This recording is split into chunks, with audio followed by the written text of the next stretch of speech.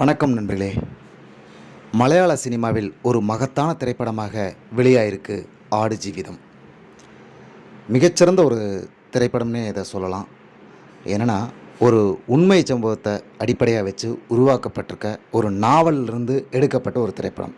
இந்த திரைப்படத்தை கிட்டத்தட்ட உருவாக்க 6½ வருஷம் எடுத்துக்கிட்டார் டைரக்டர் பிளஸ்ஸி. என்ன கதைன்னு பார்த்தீங்கன்னா, அரபிக் கண்ட்ரிக்கு வேலைக்கு போய் பெரிய ஆள் ஆயிடலாம் அப்படிங்கிற எண்ணத்தில் ஒரு வேலைக்கு போகிற ஒருத்தன் அங்கே ஒரு இடத்துல மாட்டிக்கிட்டு அங்கேருந்து எப்படி தப்பிச்சு இந்தியாவுக்கு வரப்போகிறான் அப்படிங்கிறதான் இந்த படத்தோட கதை. ஒரு உண்மை சம்பவத்தை அவன் போய் வேலை செய்கிற இடத்துல ஆடு மேய்க்கிற இடத்துல வந்து மாட்டிக்கிட்டு எவ்வளோ கஷ்டப்படுறாங்கிறத மிக மிக மிக ரத்தமும் சதையுமாக சொல்லியிருக்காரு டைரக்டர் பிளஸ்ஸி.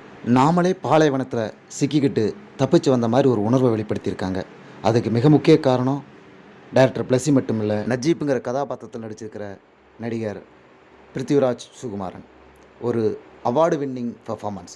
கண்டிப்பாக ரகுமானோட மியூசிக்கும் ரசூல் குட்டியோட ஒளிப்பதிவும் பிருத்திவிராஜோட நடிப்பும் ஒரு கிட்டத்தட்ட இது ஓவராக இருந்தால் கூட ஒரு ஆஸ்கார் அவார்டுக்கு பரிந்துரைக்கப்படுற ஒரு படமாக இது கண்டிப்பாக இருக்கும். நன்றி நண்பர்களே.